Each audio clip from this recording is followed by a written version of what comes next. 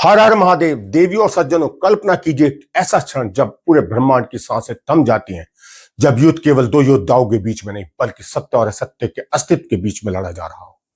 और उस निर्णायक क्षण में विजय तलवार से नहीं बल्कि त्याग से, तप से होती हो। लंका का युद्ध अपने अंतिम चरण में था, परंतु अंत अब तक लिखा नहीं गया था। रावण दशानन वह जो केवल एक राजा नहीं था बल्कि अहंकार का जीवित प्रतीक था। उसके पास शक्ति थी, ज्ञान था, वरदान था और सबसे खतरनाक उसका विश्वास था कि उसे कोई हरा नहीं सकता। और दूसरी तरफ श्री राम, जिनके पास उस समय कोई दिव्य अस्त्र नहीं था, कोई छल नहीं था, केवल धर्म था, धैर्य था और एक अटूट विश्वास। युद्ध के दिनों से नहीं, चेतना के स्तर तक वह युगों से चला आ रहा था। हर दिन रावण गिरता, फिर उठ खड़ा होता। हर बार के बाद वह और भी प्रचंड हो जाता। विभीषण की आंखों में चिंता थी, लक्ष्मण के हृदय में अधीरता थी और वानर सेना के मन में प्रश्न था, क्या यह युद्ध कभी समाप्त होगा।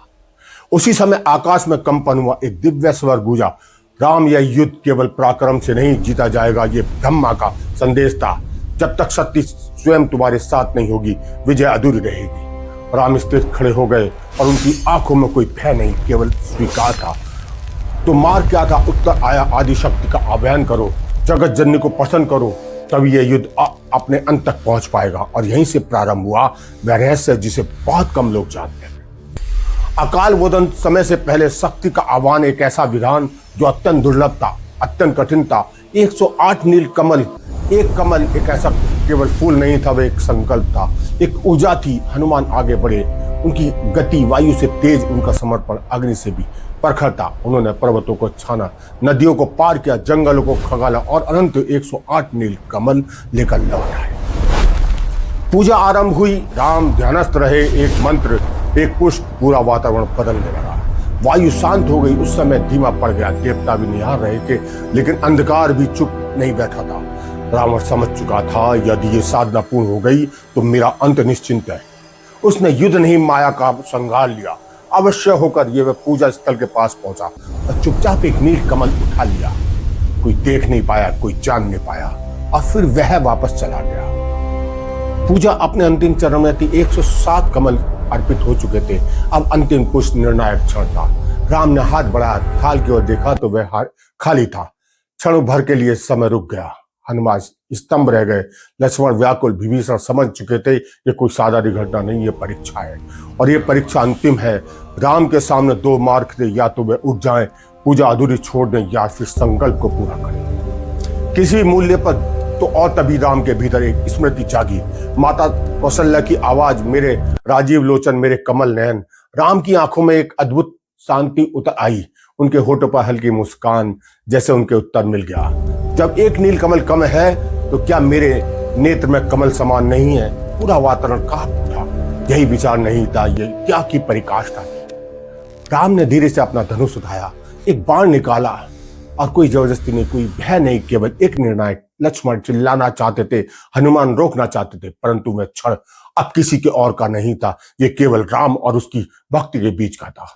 राम ने बाण को अपनी आंखों की ओर बढ़ाया, उसकी सृष्टि स्थिर, हृदय शांत, और जैसे ही बाण ने नेत्र को स्पर्श करने का प्रयास किया, पूरा ब्रह्मांड प्रकाश से भर गया। एक दिव्य आभा प्रकट हुई और उसे प्रकाश के माध्यम से मां चंडी स्वयं प्रकट हुई। उन्होंने राम का हाथ थाम लिया। रुको राम, उसकी वाणी में करुणा थी, शक्ति थी और गर्व था। संसार ने अन्य को भक्त देखे, पर ऐसा समर्पण कभी नहीं देखा। राम स्थिर रहे, मां मुस्कुराती हुई, कहा, तुम्हारी परीक्षा पूर्ण हुई, तुमने सिद्ध कर दिया कि भक्ति वस्तुओं से नहीं भाव से होती है। विजयी भाव। जैसे ये आशीर्वाद मिला, पूरे युद्ध का संतुलन बदल गया। रावण जो अब तक अजय था, उसकी शक्ति डगमगाने लगी। उसका अहंकार जो उसका सबसे बड़ा कवच था, अब उसका सबसे बड़ा शत्रु बन चुका था। अगले दिन युद्ध अपने अंतिम मोड़ पर पहुंच गया। राम का प्रत्येक बाण केवल शरीर को नहीं, रावण के अभिमान को भेद रहा था। और अनंत वह क्षण आया जब दशानन गिरा, केवल एक योद्धा के रूप में नहीं बल्कि एक चेतावनी के रूप में कि शक्ति, ज्ञान और वरदान यदि अहंकार के साथ हो तो विनाश निश्चित है। और उसी क्षण विजय ने राम के चरणों में स्पर्श किया। लेकिन इस कथा का सबसे बड़ा रहस्य क्या है? क्या यह राम ने रावण को हराया नहीं। सबसे बड़ा रहस्य यह है कि जब तुम कुछ समाप्त होता प्रतीत होता है तब हर मार्ग बंद दिखते हैं। जब साधना छोड़ देते हैं तब मनुष्य के पास एक अंतिम शक्ति बचती है, उसका समर्पण, उसका त्याग, उसका अड़िग विश्वास। राम ने हमें यही सिखाया कि ईश्वर को पाने के लिए कभी कभी हमें वह भी छोड़ना पड़ता है जो हमारे लिए सबसे प्रिय होता है। और जब ये भाव जागता है तब असंभव केवल एक शब्द बनकर रह जाता है। आज भी जब जीवन का कोई युद्ध आपको थका दे, जब लगे कि अब कुछ शेष नहीं, तो उस क्षण को याद करना जब एक राजा, एक योद्धा अपनी आंखें हम अर्पित करने को तैयार हो और उसी क्षण पूरा ब्रह्मांड उसके पक्ष में खड़ा हो गया। क्योंकि जब समर्पण पूर्ण होता है तो विजय निश्चित होती है। और यही है राम और रावण के युद्ध का रहस्य, जो केवल कथा नहीं, जीवन का सूत्र है। राम राम।